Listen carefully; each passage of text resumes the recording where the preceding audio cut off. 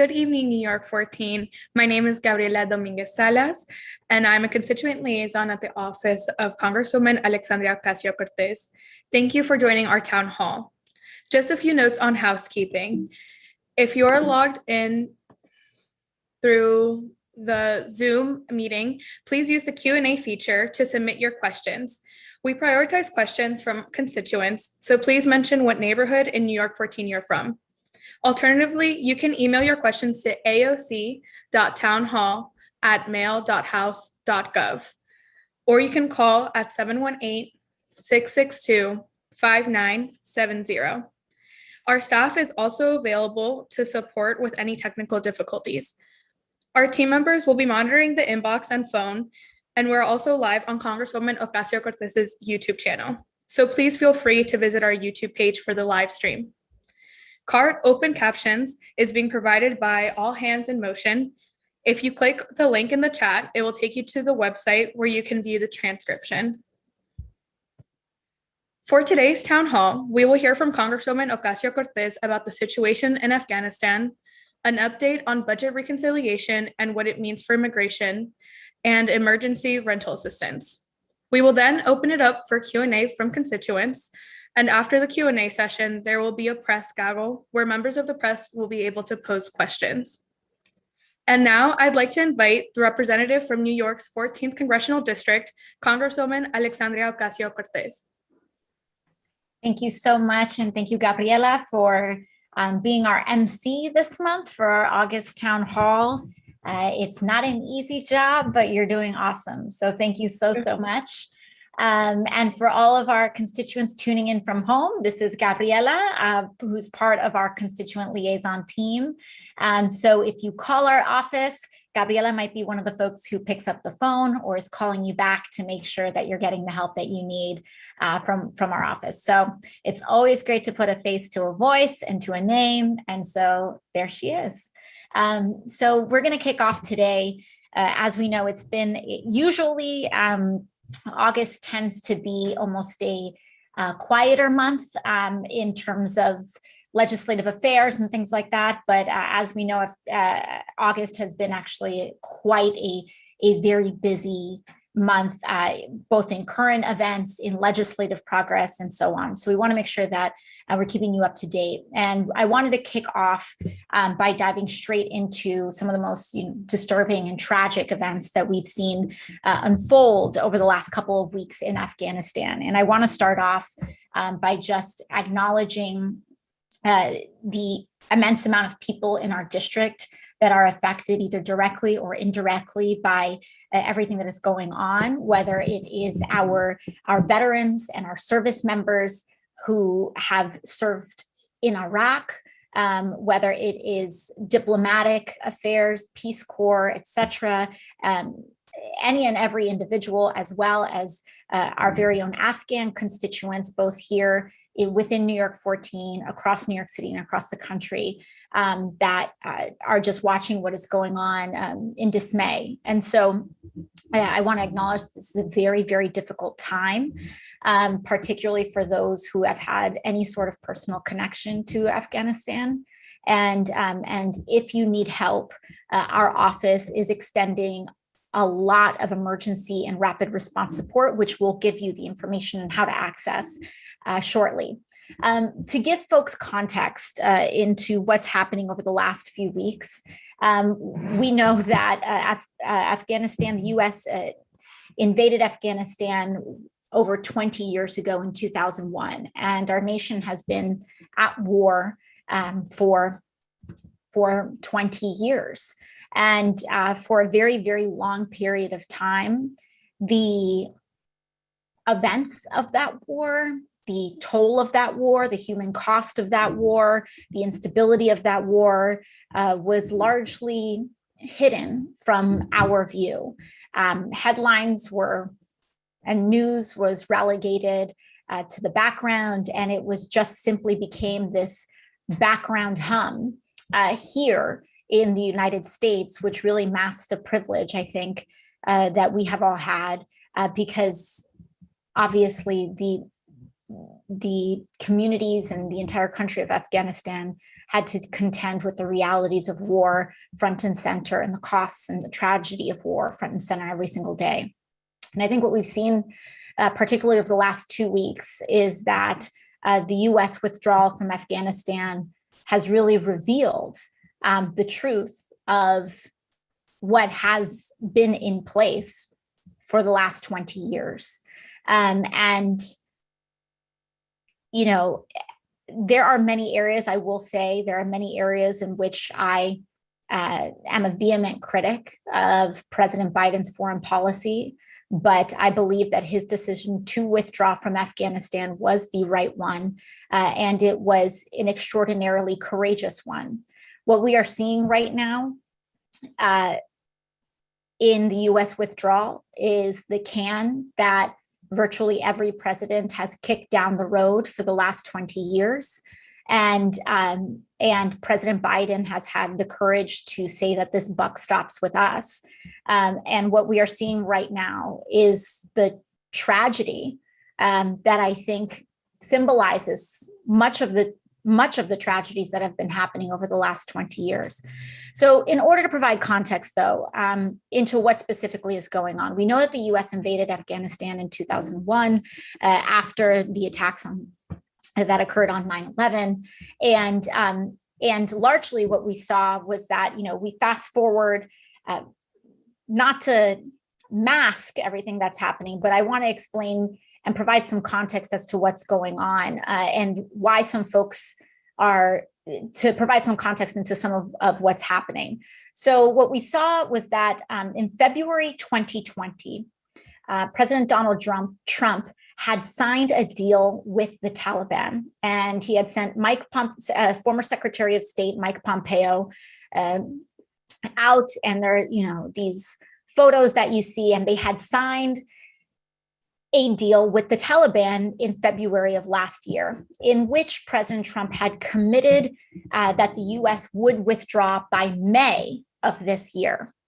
Now, in November, President Trump then announced his plan to cut down US troops down to the level of 2,500 total by January of this year. And I think this partially really sets the stage of what we saw culminate in this August, which is in that deal with the Taliban, former President Trump had agreed to certain key conditions. And again, one of those conditions was a commitment to withdraw by May of 2020. The other condition is that he released about 5,000 Taliban prisoners, in addition, in almost an exchange for a ceasefire of sorts. So when you see that this figure kind of tossed around that US troops, no US casualties have happened since February of 2020, this was a condition of the deal that the Trump administration had struck with the Taliban last year. In exchange for withdrawal and release of these 5,000 troops, there was kind of this predicate of a ceasefire. And this was under the guise of a power sharing agreement between the Taliban and the Afghan government. Now, there are many other details and layers to this, including the argument that the Taliban themselves did not honor this agreement, et cetera. But that's kind of an overall sketch in terms of when people ask, why are things happening now? And why is this unfolding the way that it is? Now, what happened was that when President Biden first came into office in April, he announced that he was moving that withdrawal deadline from May 1st to September 11th, and making that commitment that US troops would withdraw by September 11th of this year.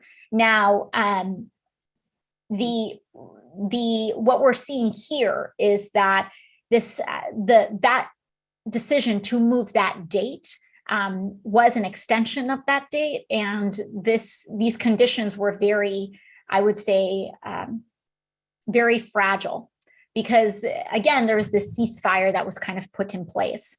And so this is when we really start seeing this very delicate time.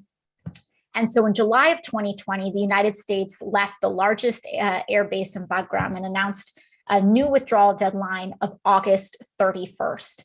And I believe that, again, this is because we were managing a very delicate situation, since that May 1st deadline was what the former president of the United States had committed to. So by August 6th, the Taliban took control of its first province. And on August 14th, US evacuation began. By the next day, the Afghan government had fallen to the Taliban. And by August 27th, today, at least 104,000 people have been evacuated by the United States. And this is an unprecedented humanitarian mission. It is likely one of the largest and swiftest refugee evacuations in US history. And again, this is about 104,000 people have been evacuated as of today. In frankly, a matter of weeks, there are evacuations of tens of thousands of people happening each day. And again, in terms of what our office has been able to do, is that we are offering support to our constituents. If you are a service member, if you are a veteran, if you are an Afghan, if you are an Afghan American, if you are a refugee from Afghanistan that is a constituent of mine, and you know individuals in Afghanistan that need help with evacuation, we have been assisting and coordinating with the Department of State and the Department of Defense in getting names and identifying people and bringing them over. And we received news just as recently as today that we have assisted family members of constituents in safely evacuating the country. And we are doing everything that we can to get as many people out that we are contacted with as quickly as possible. And so if you have names of people in the country, I urge you to please contact our office and get those names to us. In a refugee situation, and I believe that our congressional district, being over 50% immigrant and with large refugee populations, our district and our community understands, I would argue better than most, what the conditions of a refugee situation look like and feel like. And a lot of times when you are running and fleeing or have family members fleeing, you have little more than the clothes on your back. And so what we are trying to do is assist in creating documentation. We are offering letters of support so that people can make their case and at least be able to begin rebuilding their lives. In addition to that one-on-one support, I have led a letter along with Representative Barbara Lee in imploring the Biden administration to increase its national, our annual refugee cap and quota to a minimum of 200,000 refugees this year. This is not even an unprecedented number. Ronald Reagan admitted more, but it would be more than Presidents Trump, Obama, and George W. Bush as well. And so, I think it's extremely important that the United States really take responsibility for our actions and our interventionist foreign policy in Afghanistan over the last 20 years. And when we choose to engage in that policy, we should assume the responsibility of increasing refugee cap numbers where the United States has a military presence. I believe that is the absolute least that we can do. And for many, for those who argue against that, who argue against admitting Afghan refugees to the United States, I would like to remind you all, and I would like to remind those folks that that many of these Afghan nationals are people who trusted the United States. They worked with U.S. military. They believed the U.S. military when members of our military gave them promises that we would protect them. And it is now our responsibility to hold up on that promise. And this is, this isn't just, I can't even stress enough that this isn't just a left or right issue. This isn't just an immigration advocacy issue. I have had many service members contact me over the last 2 weeks, including kids that I went to middle school with that then later enlisted in the military, asking us whether everyone from U.S. Marines and veterans and beyond, asking us to please raise the refugee cap and what they can do to help us do that. And so the calls for this, I think, are across the board. We must increase the refugee cap. And this refugee cap is 200,000. And it doesn't just, that 200,000 minimum, which, I believe that it should be higher, but that 200,000 minimum is not just for Afghan nationals. It is the total cap, which means this includes climate refugees and environmental disaster refugees from Haiti and beyond. We are also advocating and rolling out advocacy for the extension of TPS to Afghan nationals as well. So in terms of your resources, if you are a constituent, if you are a member of our community, and you know someone in Afghanistan that needs help, please contact either our office or contact the State Department hotline for U.S. citizens, legal permanent residents, and at-risk Afghans trying to evacuate. So this is the number right here up on the screen. You can also feel free to contact our office, and we can also engage engage our liaisons on this case. And if you are a U.S. military service member or veteran, we also who is experiencing crisis right now, we also have our crisis line available to you if this applies to you or someone that you may know.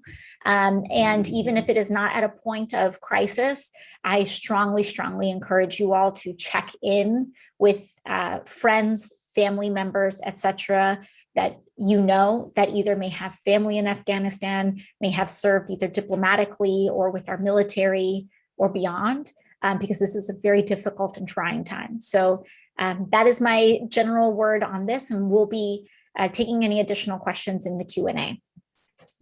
Next up, in terms of what we also want to discuss, is the latest updates on the infrastructure package and budget reconciliation. So earlier this week, there was kind of the House was called back from its typical August recess, and in order to vote on two things: advancing budget reconciliation bill, and passage of the House of the John Lewis Voting Rights Act. So let's start talking about the infrastructure package and budget reconciliation. And really, this is the Build Back Better Act. The budget reconciliation, it's this big word, but it's otherwise known as the Build Back Better Act. And what happened earlier this week is that we were voting to advance debate and moving forward on budget reconciliation. And what this means is that we have this overall framework that was approved in how we're spending our budget funds where. And now what we needed to do was to vote to advance to allow us to actually start drafting this legislation and start allocating funds according to this overall framework. Now, there was a little bit of drama because I think it ended up being 10 conservative Democrats wanted to hold the Build Back Better Act hostage in order to get their infrastructure package prioritized and passed out of the gate. Now, why is this a bad thing?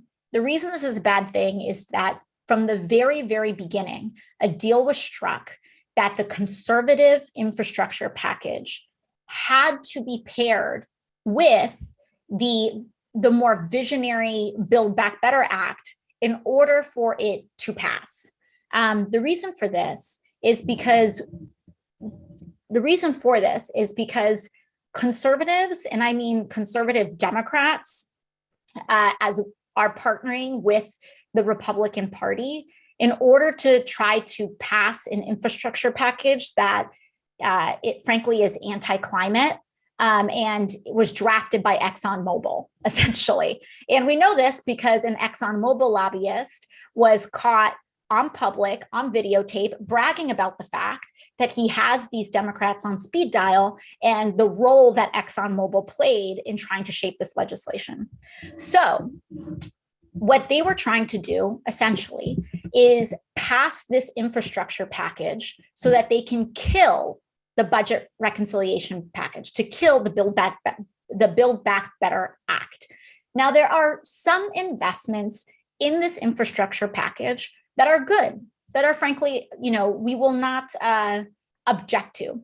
Things like climate resiliency investments, investing in infrastructure that can help communities build seawalls or help rebuild infrastructure that is being threatened by climate change. We don't object to that. In fact, we think that this infrastructure package is underinvesting in those needs.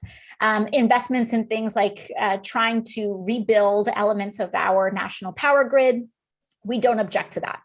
There are other parts of this bill that I think are extremely alarming.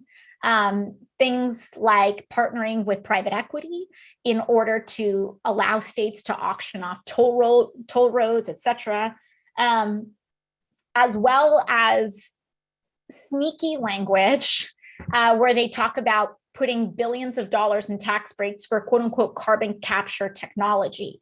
Carbon capture sounds nice, right? And this is what fossil fuel lobbyists are experts at. They are experts at branding certain tax breaks to sound like they're climate friendly when they're really fossil fuel wish lists. And so some of the issues with carbon capture tax subsidies is that we saw in California that fossil fuel companies will use certain language drafted on the premise of carbon capture technology to essentially help themselves drill more oil. And that is, as we know, the last thing that we need, as we saw from the most recent IPCC report, that we are at code red for humanity and for our future. So the argument here is that if the conservative infrastructure package alone was passed alone, not only would it be not enough, but it could potentially be actively harmful.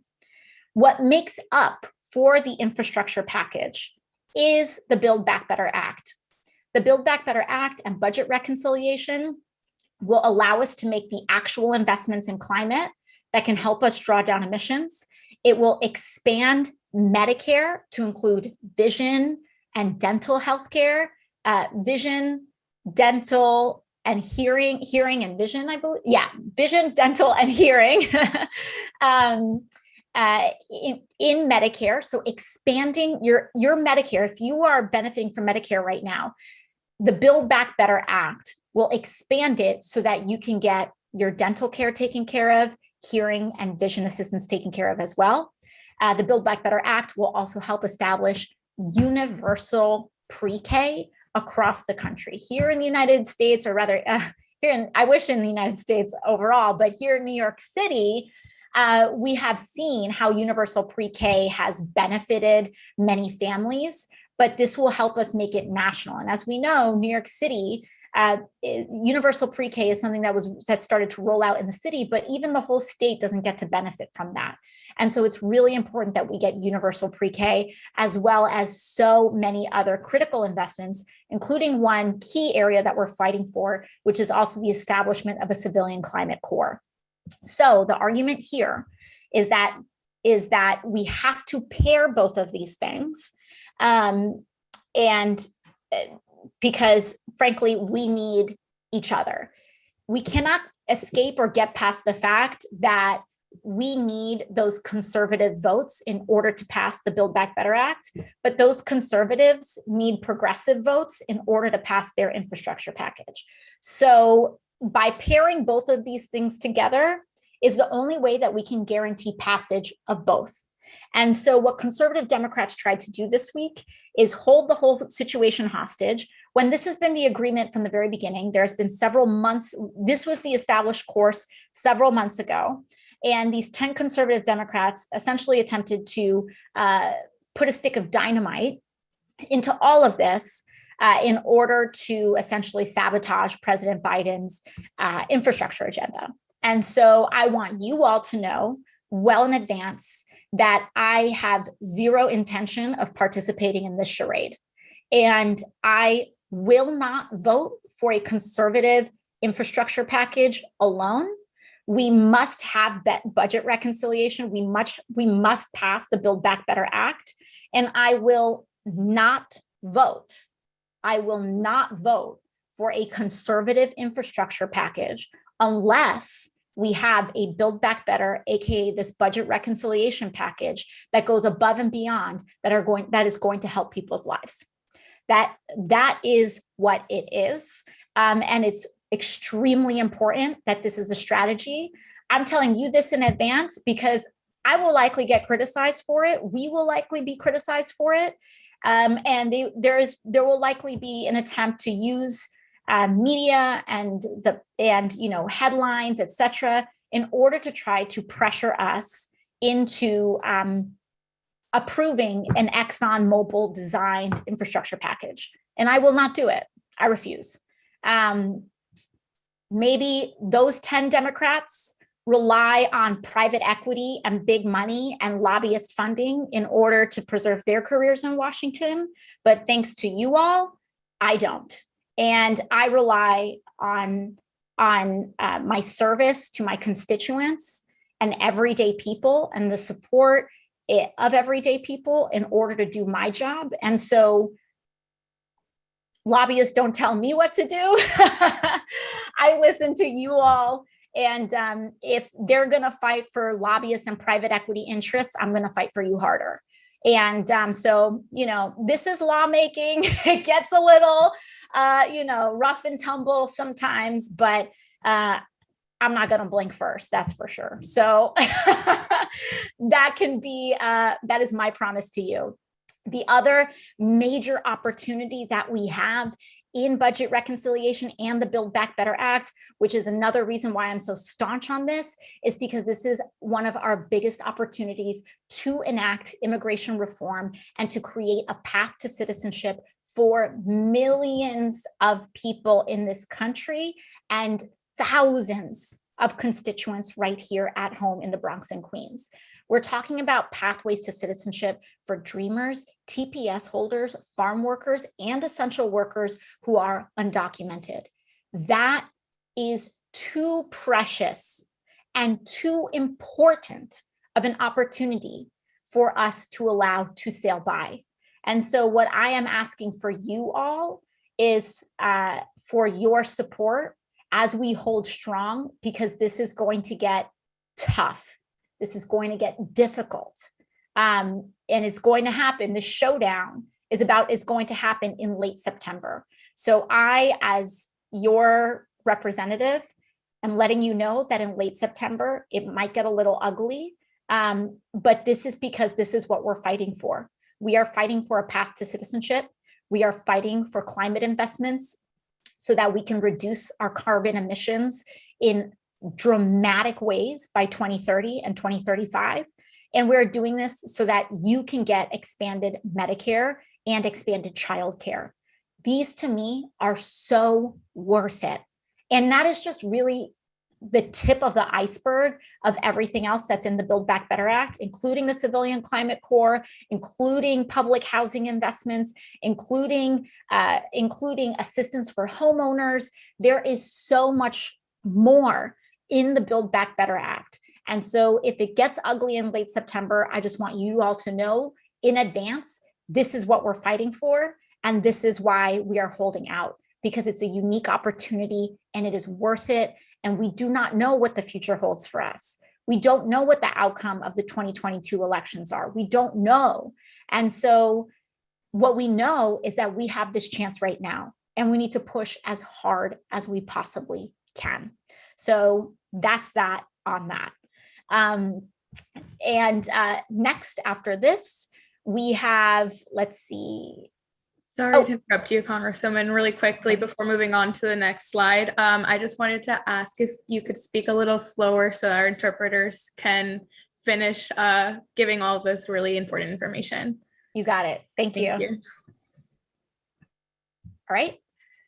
So next up, we have emergency rental assistance. So earlier this month, the CDC under the Biden administration allowed the existing then eviction moratorium to expire, and Congress also did not act before breaking for August recess. They did not act on extending the eviction moratorium. This to myself and to Representative Cori Bush, as well as Representatives Ayanna Pressley, Ilhan Omar, Mondaire Jones, Jimmy Gomez, and many other representatives in the US Congress, was utterly unacceptable.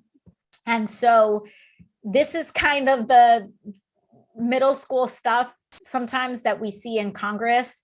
There are some people, very likely, there's probably very likely overlap with those 10 conservative Democrats that I was telling you about earlier, and the folks that did not want to extend the national eviction moratorium.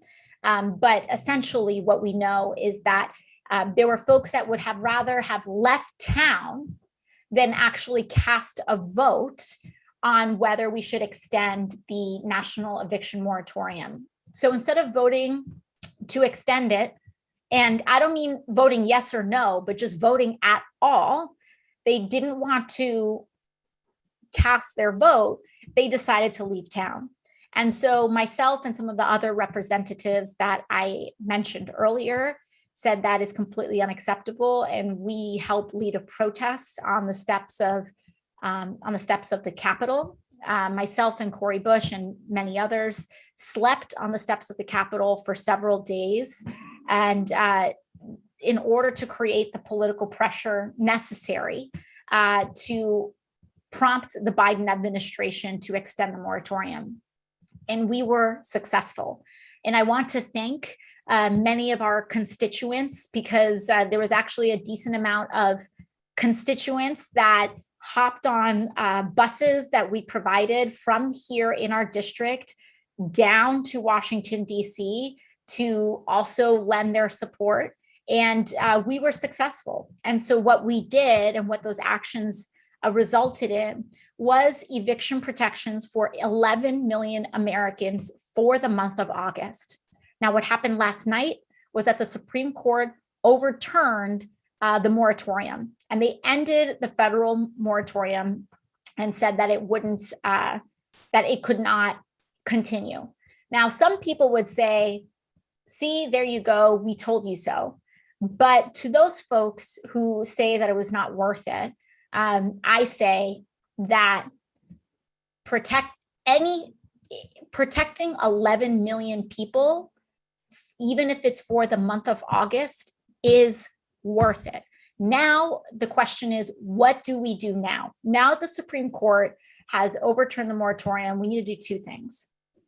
One, we need to make sure that we push and advocate for New York's moratorium to be reinstated and extended, and to extend that and try to figure out what we can do to protect renters statewide.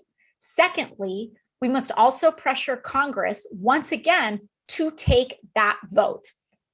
The reason that the Supreme Court is overturning this moratorium, and even when they warned the first time that they might, is because members of Congress do not want to cast this vote. And we have to say, listen, we must cast this vote. And here is why. In the last several COVID packages, both under the Trump administration and during the Biden administration, we authorized an emergency rental assistance program. Now, when we look at back rent in the United States, we're looking at something like a total debt of about $21 billion. Congress authorized $46 billion in order to pay people's back rent across the country.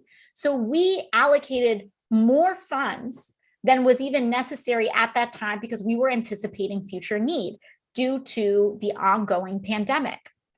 Now, what is happening is that those funds were given to states to allocate. And particularly under the Cuomo administration, not $1 was sent out in emergency rental assistance as of about June, late June or early July, I believe. Now Governor Hochul has taken over. I have been in contact with the governor, and we have discussed how we get these funds out to mom and pop landlords and tenants as quickly as possible. But we need time. It is extremely important that people are able to get the assistance that they need, that people can, that mom and pops can pay their landlords and that tenants don't have, and that we can wipe out back rent for tenants. Now, here is the issue here. And here's where I also need your help. About 800,000 New Yorkers are eligible for emergency rental assistance. That's almost 1 million people. 800,000 New Yorkers are eligible. From the data that we have today, only 160,000 New Yorkers have applied for emergency rental assistance. And here is the deal.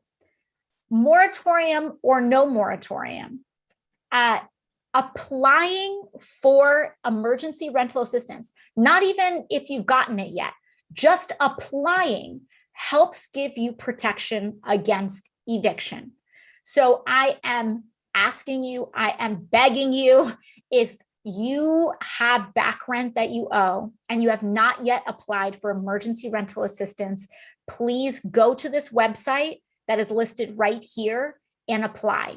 If you know someone, if you have family, if you have friends, if you have coworkers, just please, we're going to drop this link in the chat. Please just copy this link and put it in your notes app in your phone and just text it to people that you know may need this help. Because right now, especially with the overturning of the eviction moratorium, applying alone can give you legal protections from eviction.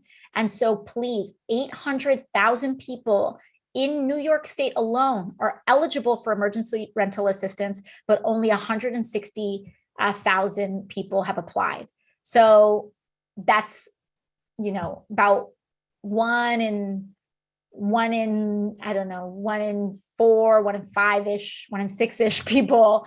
Sorry, I shouldn't have engaged in ratios on live TV as I'm talking to you all, but essentially out of 160K, 800,000 are eligible, only 160K have applied. So we need to bump those numbers up. If you owe any back rent at all, please apply with this link. The criteria is getting easier the criteria is getting easier in order to apply. There used to be all this red tape. Either if you were a mom and pop landlord trying to make sure that you scrape something together for to pay a mortgage, or if you are a tenant, we are just trying to make sure that people are guaranteed in their right to housing. So please, please, please apply for this emergency rental assistance. Again, applying alone, even if you haven't gotten your check yet, can protect you from eviction. So that is that. Again, take this link, put it in your notes app so that you have it when you're talking to someone at work, when you're talking to your neighbor, etc. And please know that, especially when it comes to issues of finances, when it comes to issues of owing money and back rent, that you are not alone. This is like one of the most common conditions that people are in during the pandemic. Do not let shame keep you from getting financial help. Please just click on the link and apply. We're here for you, and we're doing everything that we can to ensure that we get this protection. And with that, we'll dive straight into our Q&A. Thank you for your remarks, Congresswoman. We will now move to the Q&A portion of our town hall. As mentioned earlier, constituents signed on via the Zoom platform may use the Q&A feature to submit your questions. Please mention what neighborhoods or city you're from, as we prioritize questions from constituents. Also, a reminder to the members of the press that after the Q&A, there will be a press gaggle where you will be able to pose questions. Okay, so for the questions so far, the first question is from Tyretta Foster, who is a constituent from Allerton, who asks for you to please discuss the U.S. response to the earthquake in Haiti and other natural disasters occurring in the Western Hemisphere. So thank you so much. What we saw this month in Haiti was and continues to be absolutely devastating. In terms of the actual tactical updates on the ground, the White House has led on immediate disaster relief in what is going on the ground. So USAID has a 97-person disaster assistance response team that has been allocated to Haiti on the ground, and it is working with interagency and humanitarian partners. And the focus right now, because we are still very much in the aftermath of disaster, is those priorities in food assistance, healthcare, logistics support, shelter, water, sanitation, etc. But what I talked about earlier in lifting that refugee cap includes not just what we are seeing in Afghanistan, but it also includes lifting that refugee cap in order for us to accommodate refugees from Haiti. And so in terms of our end, we are very much pushing to boost the refugee cap so that more Haitians are eligible to apply for refugee status in the United States if that is what they wish to do. And in terms of a larger legislative position, this is why I have been pushing on creating a new category of visa, and why we've been working on drafting legislation to create a new category of visa for climate refugees. Because as you alluded to in your question, these issues are increasingly not just affecting Haiti, although this is an issue of natural disasters, but also climate disasters as well will continue to start affecting the Southern Hemisphere writ large, from Latin America to Bangladesh to southern portions of Africa increasingly, and beyond. And so in order to accommodate for what is going to be part of our new normal, which is increased migration and refugee activity due to climate and natural disasters, we believe and advocate for the creation of a new visa category for climate refugees. But beyond that, we're also advocating for the extension of TPS, temporary protected status for Haitians. Even though there is resistance from the Biden administration in doing so, they have been resistant on a lot of things, and that does not stop us. And we have been successful. Even though the Biden administration has been resistant to many of our initial policy requests and demands, when we organize, we have often been able to overcome some of those objections and that resistance. And I believe that the eviction moratorium is one example of that, but there are many others. So I would say in sum, that's what we have with respect to our actions on Haiti. Thank you for that answer, Congresswoman.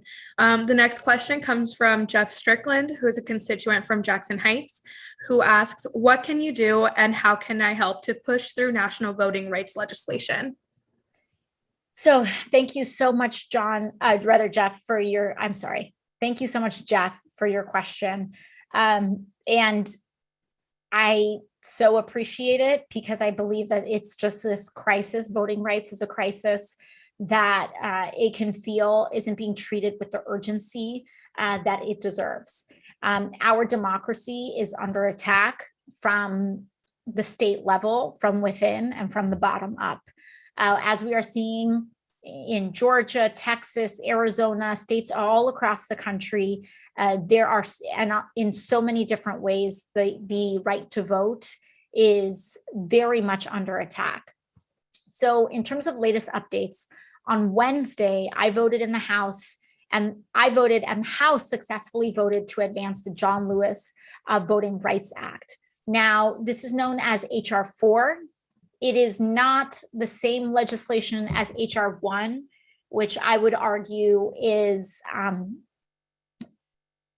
don't want to frame these as competing pieces of legislation. They are complementary pieces of legislation. And so H.R. 4 is one major piece. And what it does is that it largely restores many of the aspects of the of the Voting Rights Act that has been gutted by the Supreme Court over the last several years. And so the John Lewis Voting Rights Act will restore all of those pieces like preclearance that the Supreme Court had struck down. Now, what H.R. 1 does is that it not only restores the Voting Rights Act, but it also adds many more provisions to help protect and guarantee the right to vote in the United States. Things like protections against partisan gerrymandering, so that we don't have what we are seeing, which is Republican states that are gerrymandering, that are overwhelmingly gerrymandering states in order to disenfranchise essentially Black and brown communities and Democratic leaning communities and break them up into Republican districts. And the reason I say that it's leaning one way is because where independent commissions have been authorized, there are quite a few Democratic states that have authorized and passed on the state level these independent redistricting commissions. Very few Republican states have passed similar commissions. And so this kind of has created an uneven playing field where red states can engage in partisan gerrymandering. And there are many more blue states that have independent commissions. And so what we need to do is get everyone on a level playing field so that we can just combat this overall partisan gerrymandering. So H.R. 1 includes things like that. It also gets dark money out of politics. And this, I think, is why there has been so much resistance to passage of H.R. 1 among even some Democrats who rely on big and dark money. But it also includes really great provisions like guaranteed early registration, mail-in voting protections, and so on and so forth, which we don't even have, or same-day registrations, which we don't even have yet here in the state of New York, some of these provisions. And so we would greatly benefit from that. So in terms of the odds on this, here are some of the things that we know, is that, as I mentioned on Wednesday, we passed H.R. 4, we passed the John Lewis Voting Rights Act. Earlier this year, we also passed H.R. 1. So the House has passed both pieces. Now we have the Senate. In the Senate, there are certain conservative Democrats like Joe Manchin and Kyrsten Sinema who do not support H.R. 1. I personally believe that a lot of this has to do with dark money and the checks on eliminating and really curtailing the power of lobbyists and dark money, but that's an aside. Nevertheless, there is resistance to passing H.R. 1 among Democrats in the Senate. What they have said is, we will not pass H.R. 1. I have resistance to H.R. 1, but we are open to H.R. 4, that's the second part of the puzzle, the John Lewis Voting Rights Act. And so what the House has done is that we just passed H.R. 4 this week to see if some of these conservative Democrats will keep their word in passing that.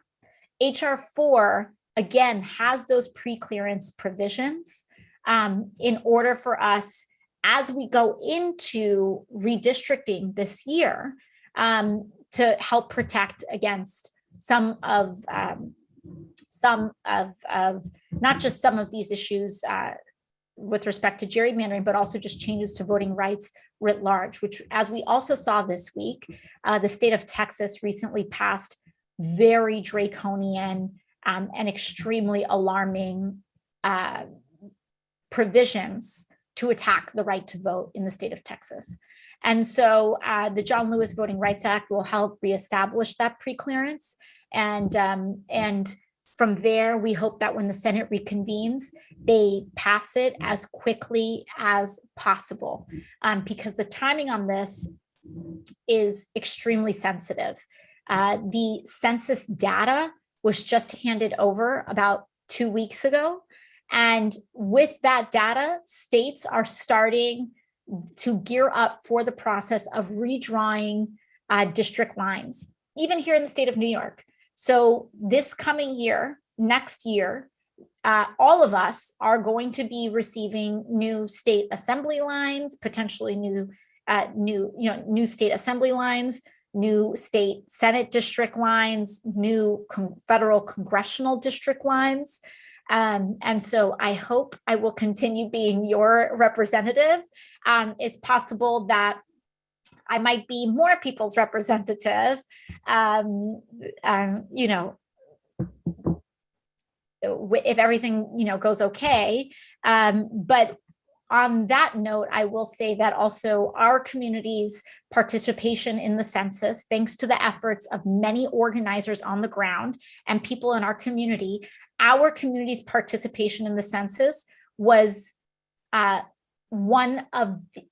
it really beat expectations. And in fact, it was in the top 10. Both Queens and the Bronx had higher than expected. It's had some of the highest levels of above expected census turn-in numbers, which actually dramatically changes what was expected for our congressional district. So I want to thank everybody in our community. I know I was talking everyone's ear off about the census last year in town hall after town hall, but it worked. All of us worked together. We flyered, we leafleted, we did as much as we possibly could. And what that means now is because we were so successful in filling out the census last year, our representation will be protected. We are going to get more funding for schools. We're going to get more funding for our hospitals, for our bridges, for our roads, and everything locked in for the next 10 years. So I want to thank you all so much for filling out and turning in your census, because we were in the top 10 communities in the country when it came to beating expected and estimated turnout. So we have received many questions on unemployment, including from Liz Gardner, who's a constituent from Sunnyside, who asked, are there any programs that will replace the federal $300 a week extra unemployment benefit and the Biden Rescue Plan COBRA coverage, which will both end in September? So this is something that I'm thanking you all so much for bringing up this issue.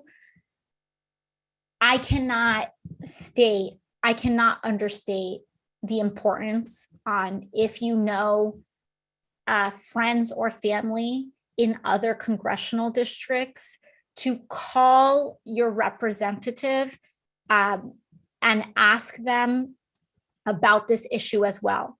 And so to lay out the kind of overall framework here and the context for this, as Ms. Gardner correctly notes, in the American Rescue Plan and in this COVID package, there was a $1.9 trillion economic stimulus package that not only provided that $1,400 stimulus check earlier this year, but it also included PPP, that child tax credit that started rolling out in July, but it also allowed for that $300 a week bump in the pandemic unemployment assistance, as well as a 100% subsidy for COBRA recipients through September.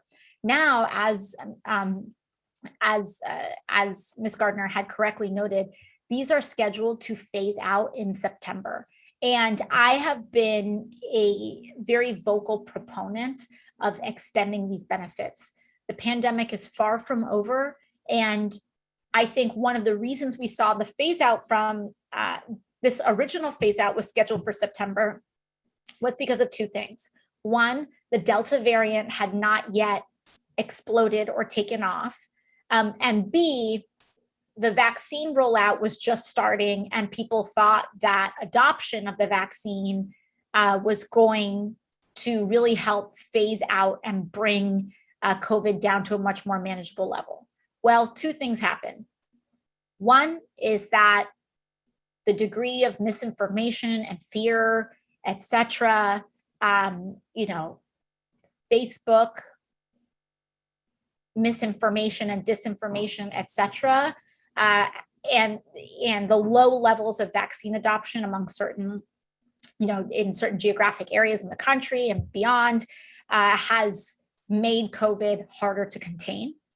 And then secondly, the Delta variant's emergence has also made it very, very difficult to contain as well. So what happens, so first of all, if you have not been vaccinated yet, and you have any questions about the logistics of vaccination, it is free. So I just want to remind folks that the vaccine is 100% free. You do not need to have insurance to get vaccinated. And also, New York State and our city has paid leave for getting vaccinated. And so I know a lot of people are very concerned because you can't afford to have that extra day off work due to downtime, etc. We have passed paid leave for you to get your COVID vaccine.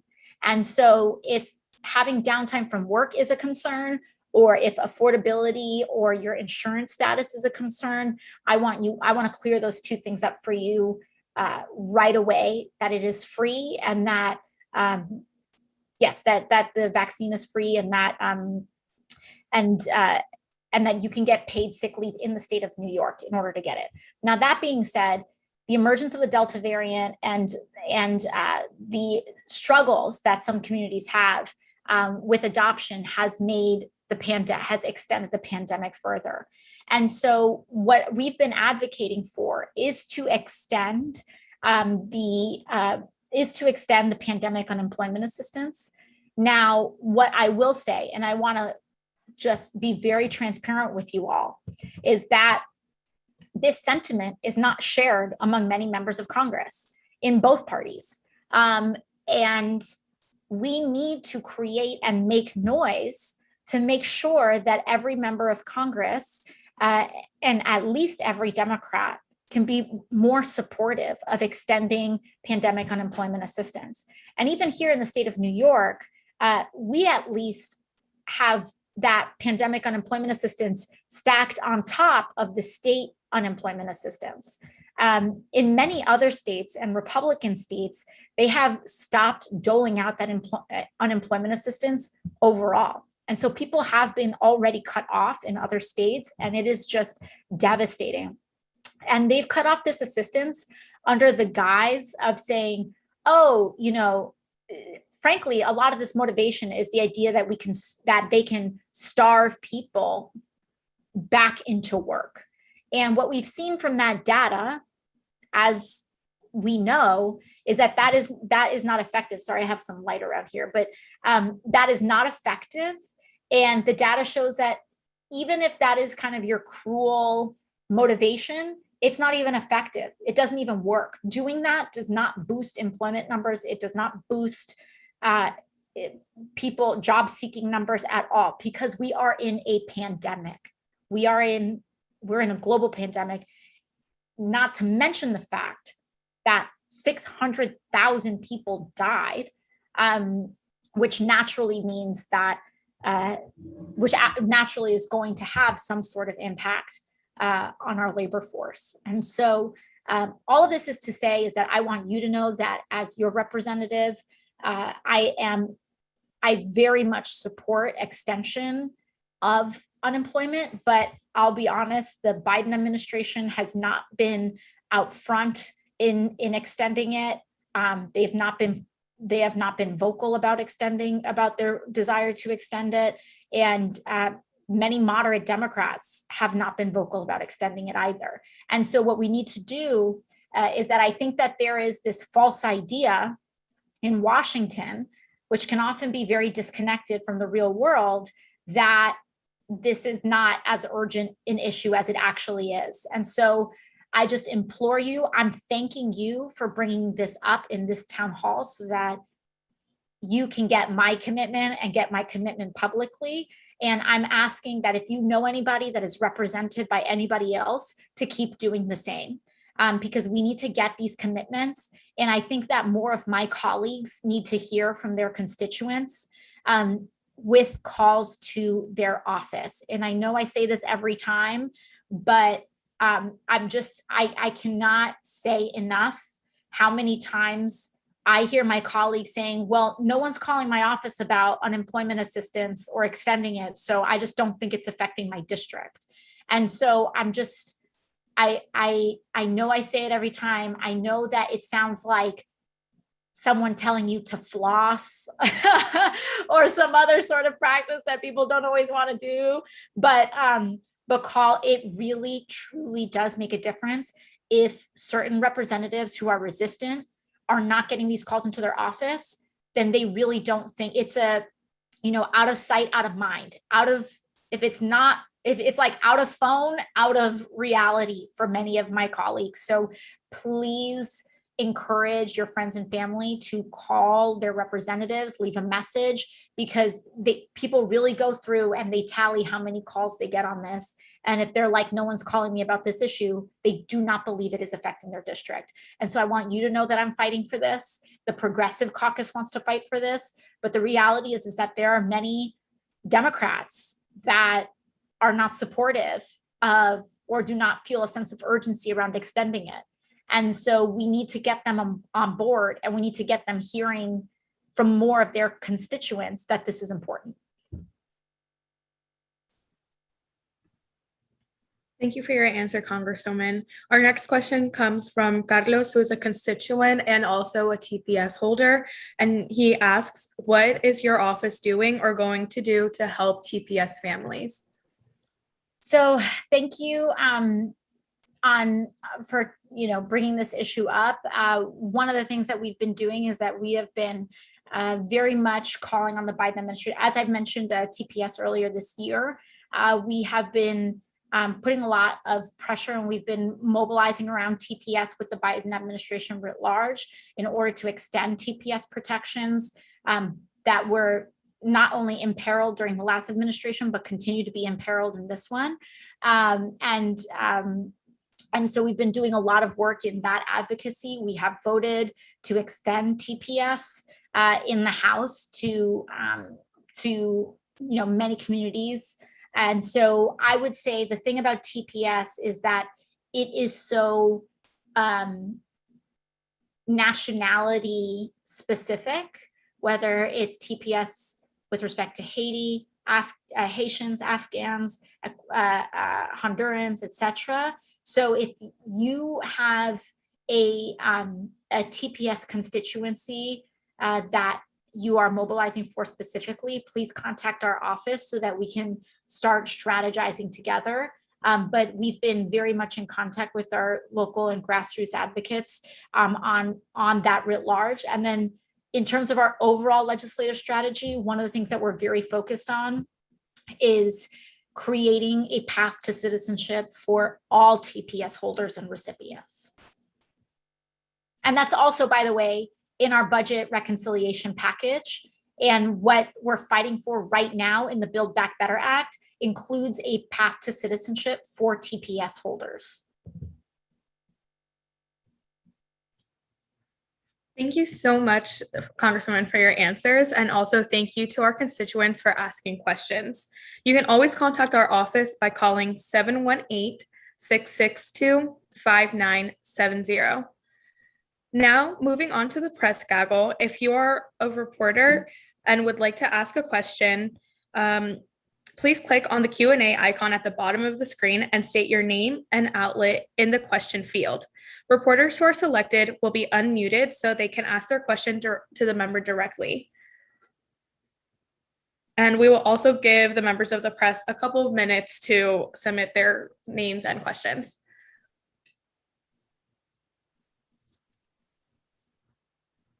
Okay.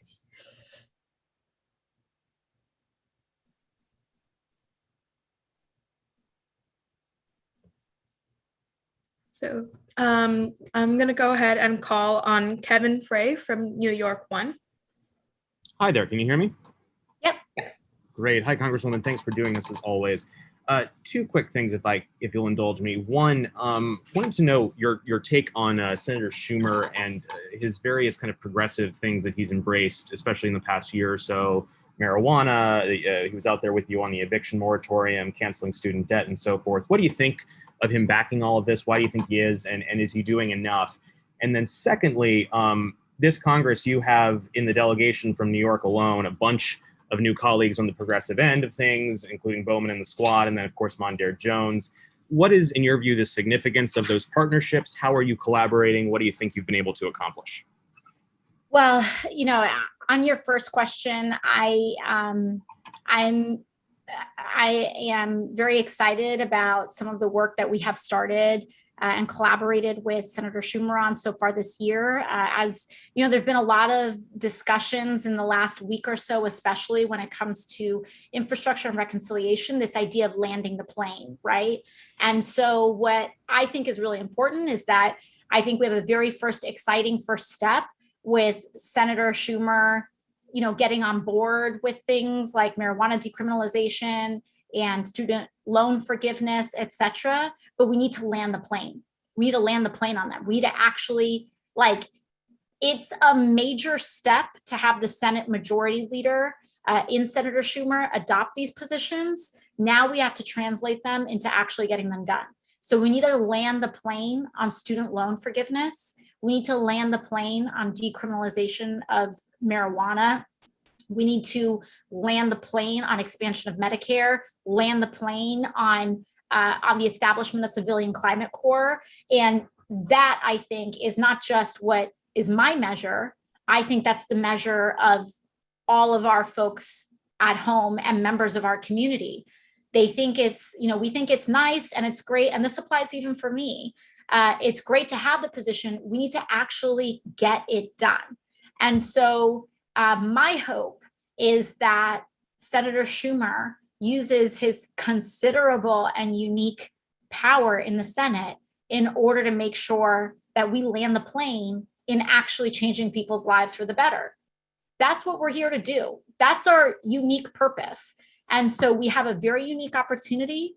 And that, includes having the ability to sometimes press the president where that is necessary.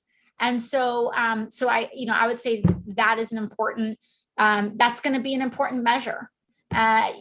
Additionally, I think that when it comes to the really wonderful movement partners that we have added in the House with folks like Representative Mondaire Jones or Representative Jamal Bowman, it has created a significant shift in the U.S. House of Representatives, even just in one term.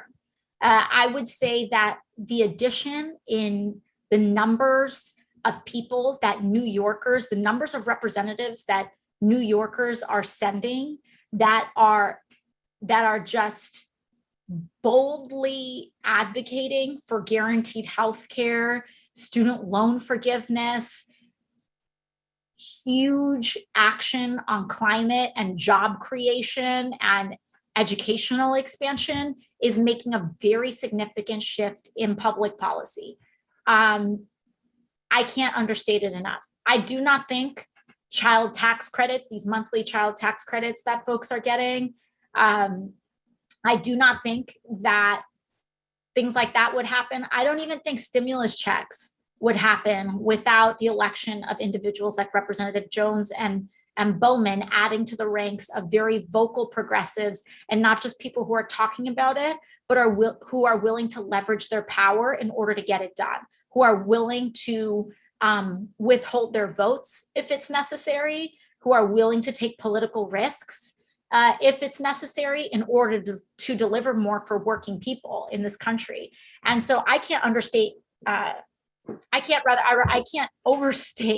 enough the immense impact that they're making. And frankly, I think that there is something to be said about the fact that New York is a progressive nexus in the House of Representatives in terms of the congressional delegation that we're sending.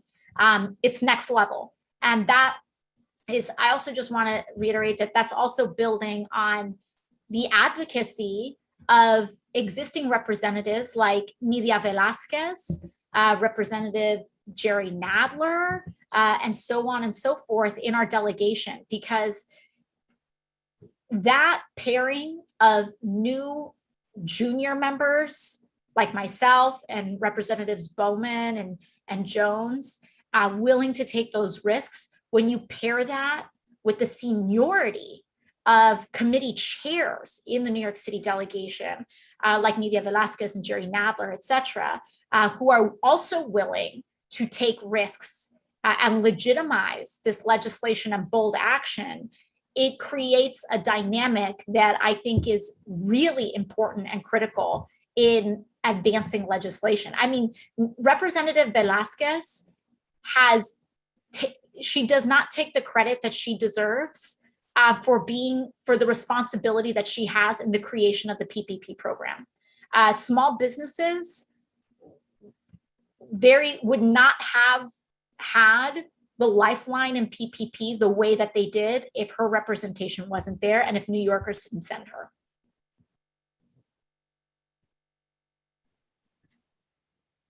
Okay, next up, we have Javier Castaño from Queens Latino.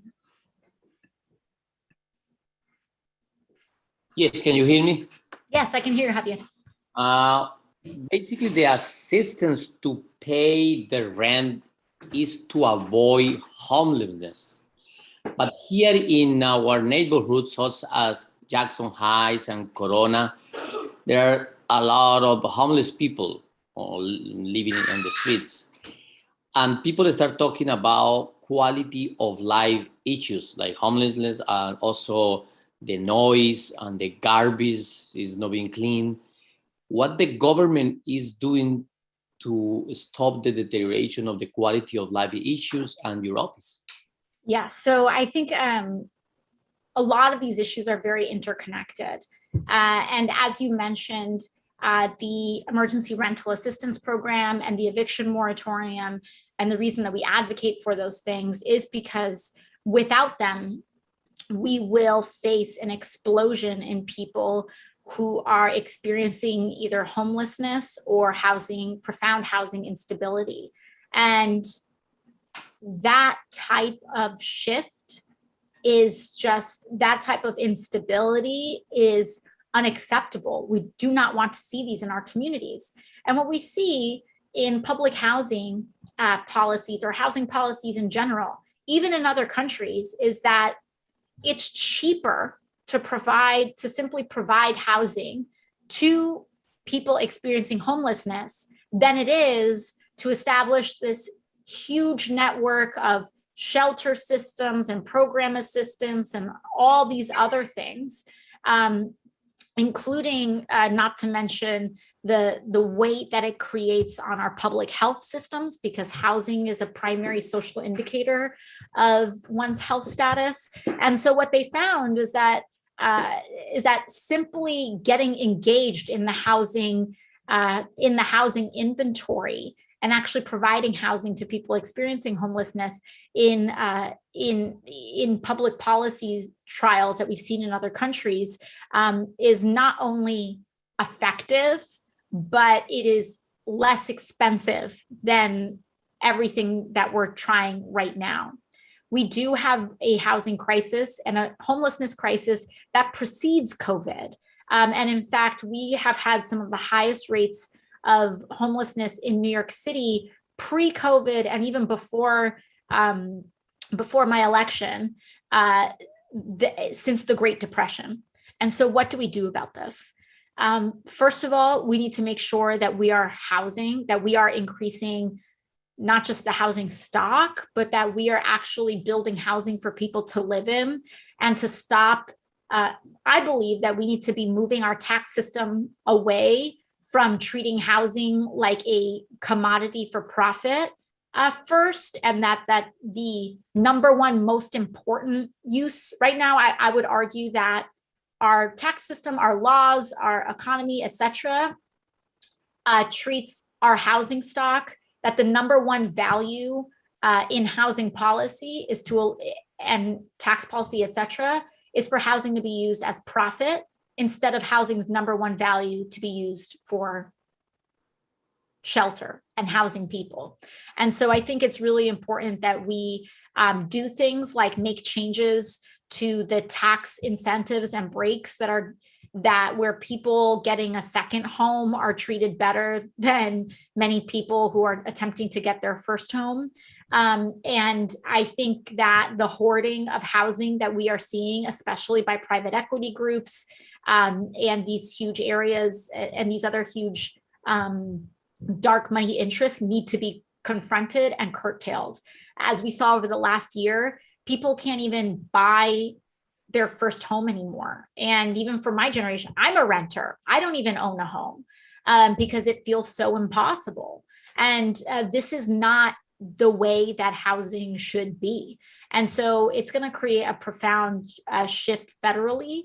And then particularly when it comes to quality of life issues, this was one of the reasons why we passed a record American Rescue Plan earlier this year with state and local funding, because many of the reasons that some people may see, for example, trash cans that were taken out of certain neighborhoods, like public trash cans or trash piling up, was because of the economic freeze that COVID had represented. That created dramatic cuts in tax revenues for cities and states.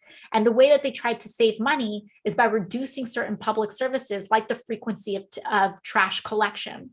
And so what we have done and what my office has done was advocated for record state and local funding so that we could essentially transfer those funds to the city and to the state of New York, as well as cities and states across the country, so that we can start restoring the frequency of those services again. And again, it's not just limited to tax collection, trash collection.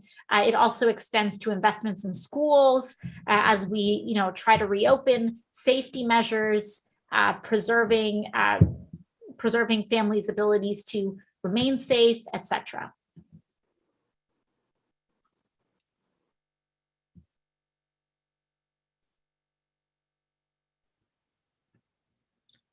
Thank you. The next question is from Matthew Russell Lee from Inner City Press. Does Representative Ocasio-Cortez think the administration's bank regulators have moved fast enough to increase scrutiny of redlining, predatory lending, and other abuses?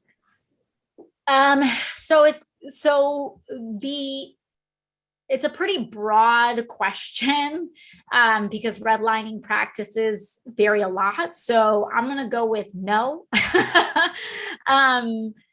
They're not. I sit on the Financial Services Committee, and redlining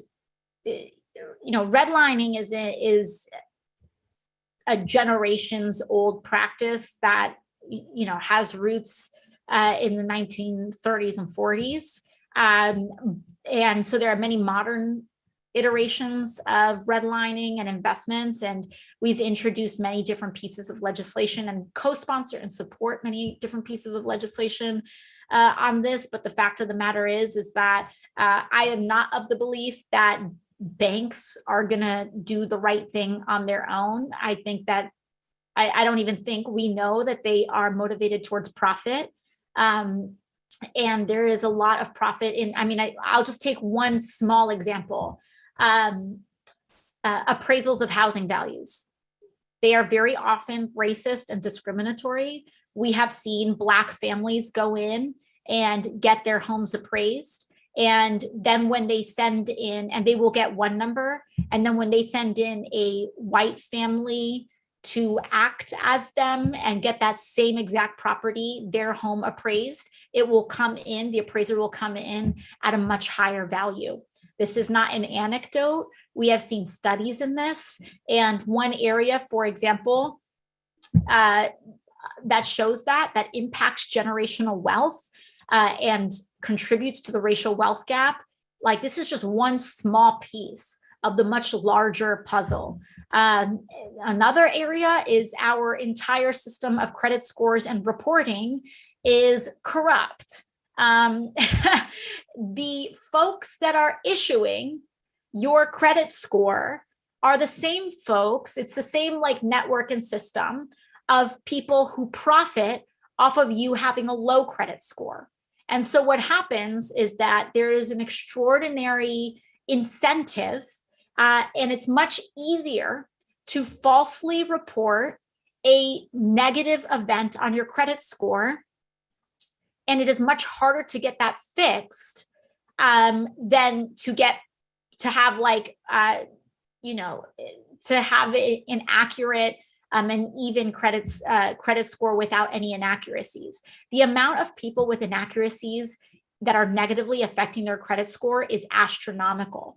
And the difficulty to get negative reports, even if they're false, removed from your credit score is extremely high.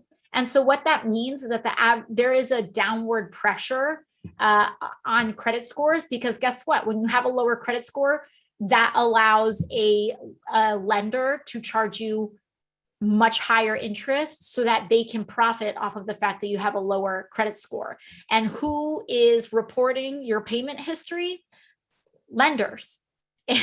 So there's kind of an issue here. So there are many different provisions that we can attack on this. We could talk about again, these are just two examples that are just scraping the surface on this issue. I believe that any system of credit related reporting, there should be a public alternative too. It does not make any sense that these are private entities. And I believe that credit reporting must be much more tightly regulated. But again, these are just two examples of just scratching the surface. If there are specific areas of advocacy within this larger realm that you are interested in, please contact our office and we'd be happy to take it up.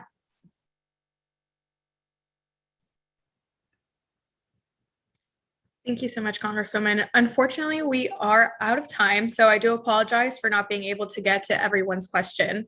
Thank you so much to our constituents for joining us. Your engagement is what allows us to continue to fight for you in Congress. I also want to thank our transcribers, Kara Camacho and Wendy Boer, as well as a big thank you to our interpreters, Aldo Resindiz, Chivita Especial, Edward Lau, Roshan Ara, Yakub Ali, Mega Lama, and Niraj Guttam. Again, you can always contact our offices by calling 718-662-5970. Have a good evening, everyone. Thank you, everybody. Thank you, Gabriela. And thank you to all of our interpreters. We so appreciate all of your work. And we're doing it again in 5 languages in this town hall. It has been simultaneously translated in 5 languages. We have English, Spanish, Nepali, Bangla, and Chinese. So thank you all so much. Thank See you in September.